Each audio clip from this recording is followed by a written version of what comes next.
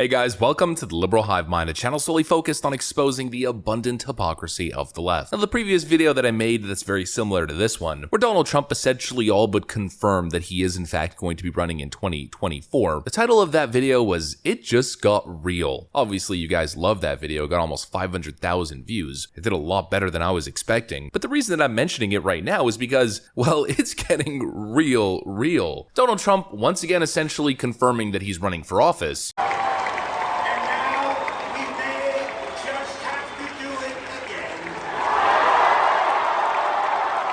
And well, what do you think is happening? The same thing that always happens. Democrats enter complete panic mode. All the left-wing media bogus claims about Donald Trump falling off and this, that, and the other are falling apart spectacularly as Donald Trump continues to prove that he is in fact the most popular choice ahead of 2024. And no matter what the shills do, no matter what the shills say, no matter what new narrative, what new bogus narrative they try to summon or drum up, well, in the end, like their two failed impeachments, it just ain't working. So let's continue to cover this beautiful saga, the timeline that is the Donald Trump Don 45 comeback. Seems like it's in full effect, folks. We got some stuff to get into, so let's roll the tape. Alright friends, so maybe a week, maybe 2 weeks ago, all you were seeing all over Twitter, all over the leftist media, tons of headlines popping up, was that Donald Trump was no longer the preferred candidate ahead of 2024. That's what they kept telling you. Donald Trump is done, they said. Liz Cheney and Nancy Pelosi have officially ended the Trump threat. Well, that's what they were telling themselves more so than anything else. In reality, the most recent straw poll conducted by Trafalgar Group shows a very different story. Take a look at this. 78.7% of people questioned in this particular poll stand firmly behind Donald Trump. 19% would rather see Ron DeSantis. The lower you go down the list, well, you pretty much see what's going on here. There's been a lot of talk of Mike Pence versus Donald Trump, which we covered yesterday. Yeah, not exactly playing out like the media wants it to. No matter how many times Fox News absolute clown Geraldo Rivera puts out garbage tweets like this, Biden would beat Trump, Cheney would beat Biden, Liz Cheney for POTUS.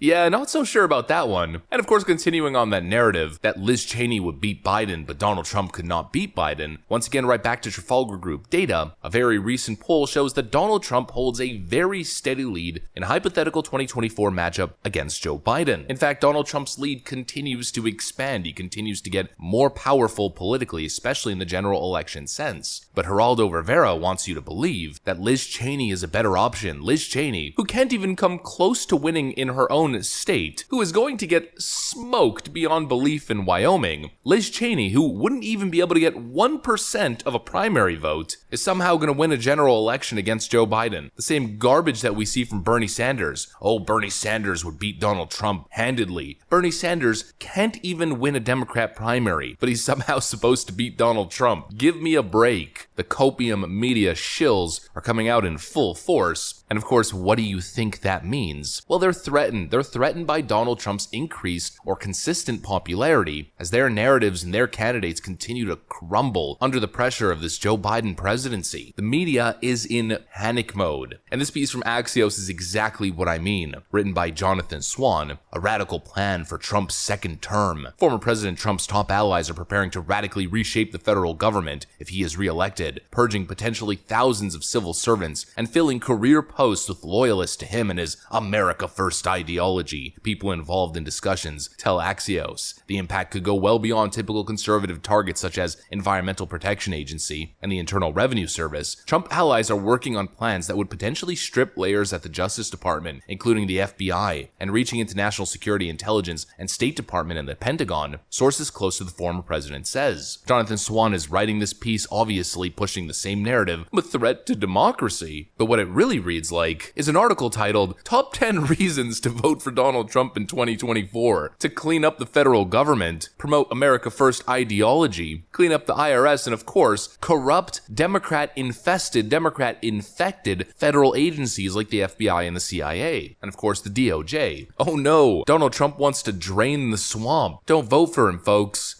Democracy. Pretty sure that's exactly why people want to vote for Donald Trump in the first place. Absolute fools. Panic mode continues though. Take a look at this right over here. Trump's criminal intent is now clear. Merrick Garland's intentions aren't. DOJ leaders are asking the American people to trust them, but follow the House's final, at least for a while, January 6th committee hearing. That trust is eroding, essentially calling to arrest Donald Trump to save my democracy. What this signals is panic mode as we see the final January 6th committee hearing, at least for now. The whole thing has ended in a total bust, and Democrats go deeper and deeper into total panic mode. That's exactly what we're seeing. You think I'm done with my examples? Well, of course not. Another one from MSNBC. My democracy. MSNBC's Malcolm Nance predicts weekly impeachments, jailing of January 6th committee, no more elections ever if Republicans win. The Democrats, Joe Biden, all the rest of them need to understand they are, what are we, July, August, September, October, November? You are 4 months from the end of American democracy. 4 months. And we said that in 2020, and that was true then too, right? But now you're talking about putting a party in power in which there will never be another election. They will vote through every piece of legislation and defund every component of the United States government. They're not joking about impeaching Joe Biden every week, okay, and Kamala Harris, and getting rid of people or expanding the Supreme Court, whatever it is they think they can do, even though some of it's crazy. First thing that they said, Marjorie Taylor Greene and Lauren Boebert said, we will criminally prosecute every person who took part in the January 6th investigation. They're talking about militarizing as a dictatorship, as a Duma, like in Russia, Congress. This will be the end of Congress. We've already seen the end of the Supreme Court. We've seen the Supreme Court is no longer an instrument of justice. It is a political body that is looking out for its own personal political interest. Well, Congress could end this November. I mean, these people are crazy. They're actually crazy. You know, people say, oh, that's crazy. This is crazy. Oh, she's crazy. He's crazy. Mostly facetious, exaggerating. No, these people are literally, legitimately, clinically insane, crazy, wackos. They've completely lost their mind. It's the same 2016 effect. You know, we could measure media craziness in respect to Donald Trump relevance. You know, Trump actually said this during his most recent rally. If I renounced my beliefs, and if I agreed to stay silent, and if I stayed home and took it easy, if I announced that I was not going to run any longer for political office, the persecution of Donald Trump would immediately stop. You know that, right? Immediately stop. They would go on to the next victim. And you know, I think he's right. If Donald Trump decided one day, screw this whole politics thing, I'm going home. Screw you guys, I'm going home. Well, then I think we probably wouldn't ever hear from him again. But the moment Donald Trump becomes a political threat again, all of a sudden he's the focus of the media. In fact, he's all they ever talk about. You know, actually, here's another example from MSNBC, Joe Scarborough. The Secret Service decided protecting Donald Trump is more important than protecting American democracy. I can't imagine how the Department of Justice wouldn't launch an investigation today. Hey, Merrick, wake up. No, Merrick Garland, wake up. Wake up.